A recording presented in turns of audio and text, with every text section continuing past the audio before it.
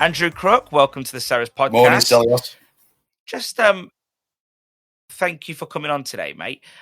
Could you tell us a little bit about what you and the NFFF have been dealing with this corona crisis? Well, as everyone knows, it came out of the blue. It's gradually gained pace over the last few weeks. I think 2 weeks ago, I just thought, well, it's something and nothing. We've had swine flu, we've had SARS. It never really had an impact. And then you see the reaction of governments, and I've always been told to judge people by their actions, not by what they say.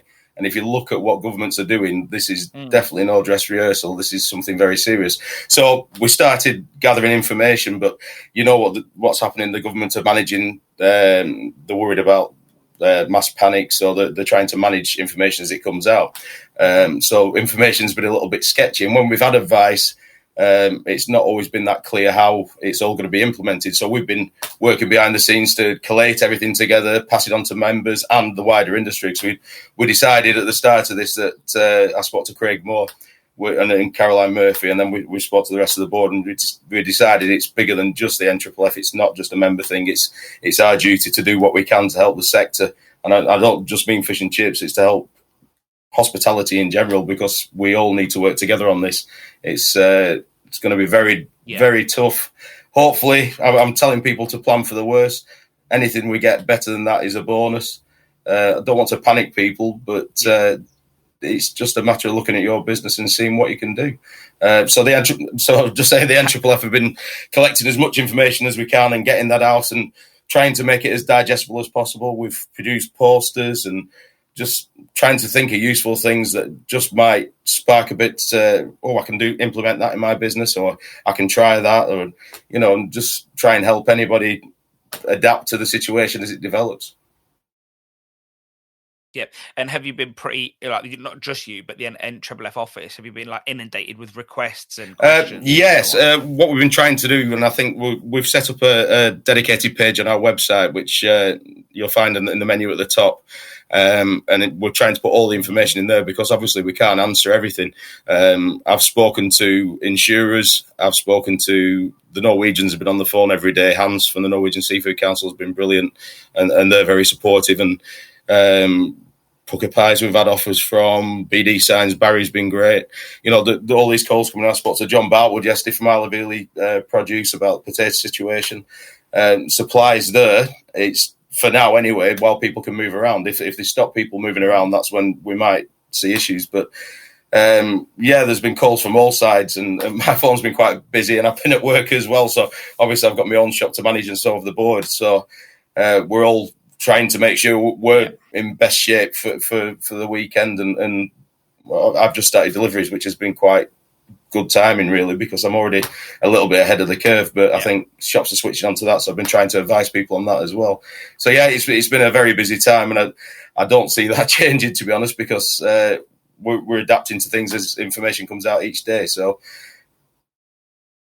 I suppose we are all reacting day by day. The information it's thin on the ground, isn't it? Really, there's not much. You can't plan a month ahead here. Totally, but you've got to trust what the government is telling you, what the Chancellor's saying. And I have to say, I think the government are handling this quite well, and I think we're going to get some more measures announced today. I've got a conference call with the British Takeaway Campaign, so we're going back to government just to try and fight for the sector, because there's some gaps in cover and support for businesses such as mobiles, and clarification for devolved nations, because I think that some people have been panicking they're not going to get the support. But we've just got to trust that what they say is they're behind us. They will do whatever it takes. And I do believe they're going to do that, because they can't afford not to. No, I agree. And well done for all the work you've been doing, mate. It's solid. So do you see a massive reshaping of the industry as we know it? Do you think that we're literally looking at something, a few weeks ago, what existed isn't what I think the world as we know it's going to change. I think Nothing will be the same. I think businesses are going to fail. I'm not saying in our sector, but bigger businesses, and I think some in our sector probably will struggle. So yeah, I definitely think this is a game changer for everybody. But what I do know is that the nation's pretty good at adapting, and we're pretty good at overcoming, especially our industry. We've got so many great characters and so many resourceful people, and we push the boundaries and punch above our weight anyway. We're going to continue to do that, and we'll get out of this. Yeah.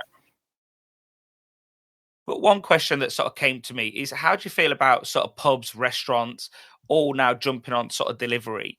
Do you envisage them going back to their original? I think they'll still, it's meant to be a temporary measure allowing them to deliver. It depends what happens. I mean, nobody knows how deep this is going to go yet. And that's why we've got to take it very seriously, because the more serious we take it, the shallower the depths that we're going to reach.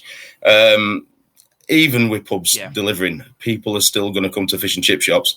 We've got something special.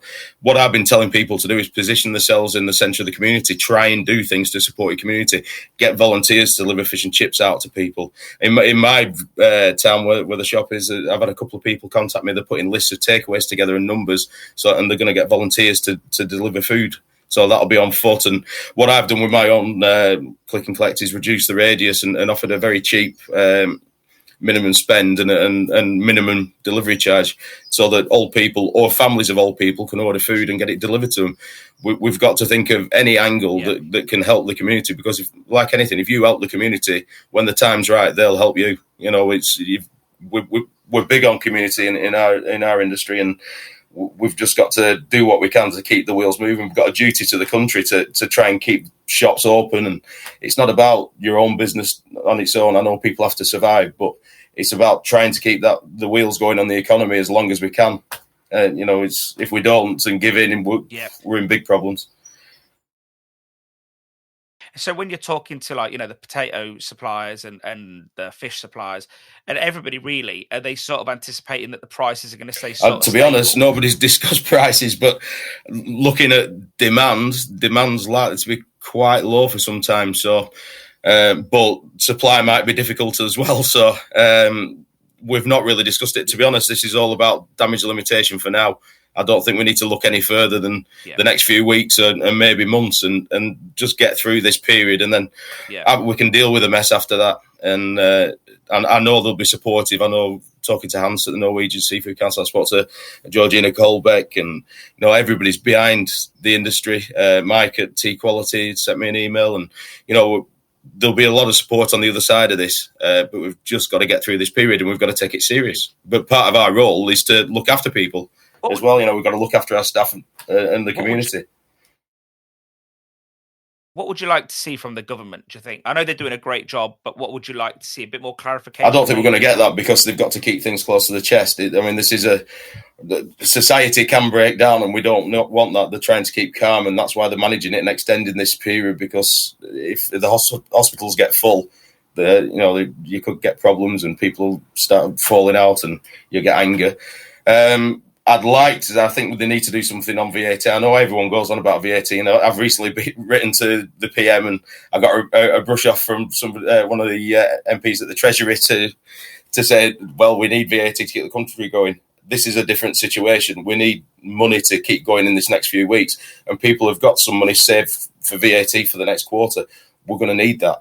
I think we can sort that mess out afterwards if they then spread that over a 2-year period and add it on. Loans aren't the answer for our industry, because people aren't going to come back and buy 2 lots of fish and chips.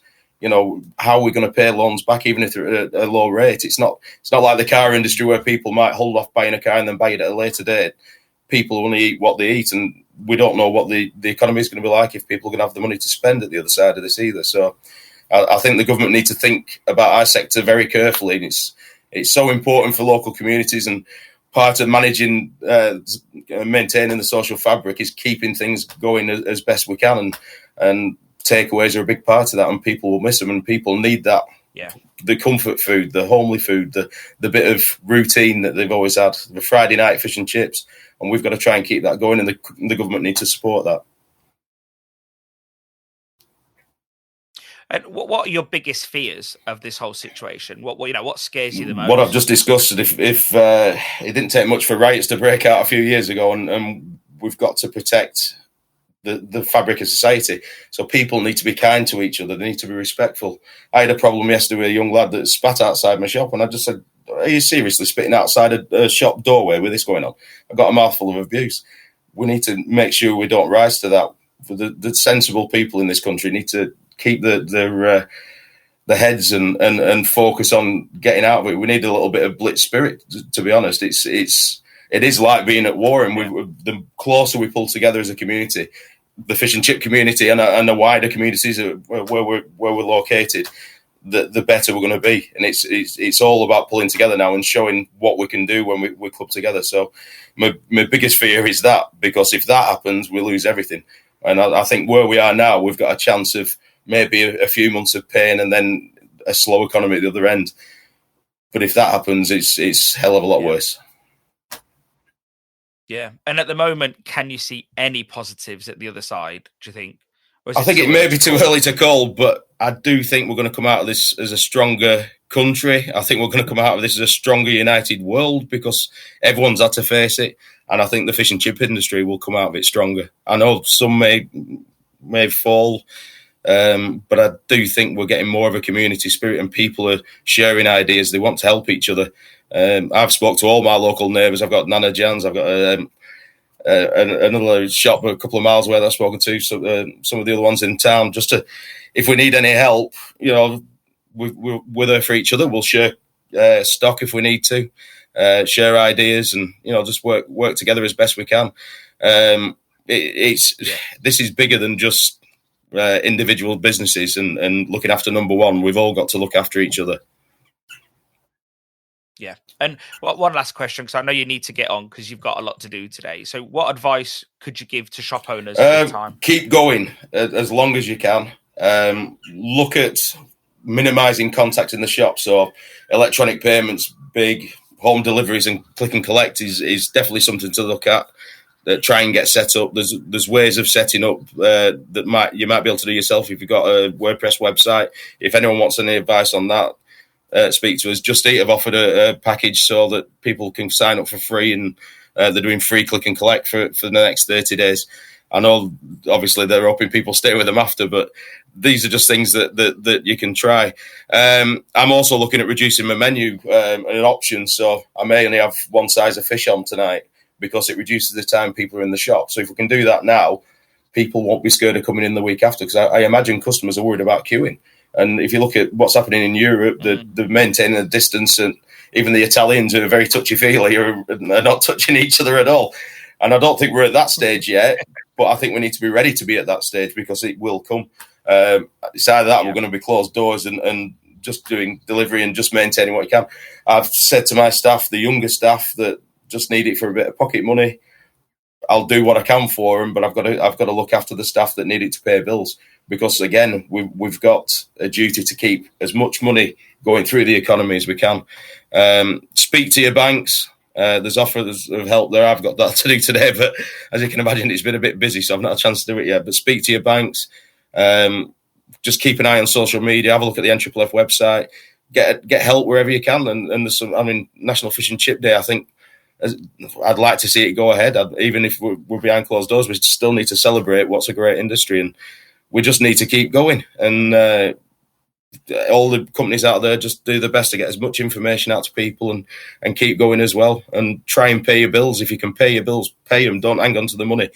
VAT might be the one that we need to stall. I've got a conference call with the British Takeaway Campaign straight after this, and that's one of the things on the agenda, to ask for the VAT break, as I mentioned before, because that cash could be vital at the moment until everything else sorts out. We can deal with the mess afterwards, but I think VAT, just take advice, and keep an eye on social media and see what happens in the next few days. We might get an announcement today about it.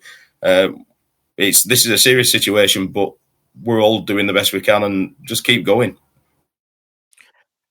Well, Andrew, I just want to take this moment to thank you and everyone at the NFFF for all the work that you're doing, and just keep doing what you do. And if you need any support from us, Cheers, you know where we Stelios, are, mate. and thanks to everyone in the industry, because we've got to pull together on this, and we are doing so. It's good to see.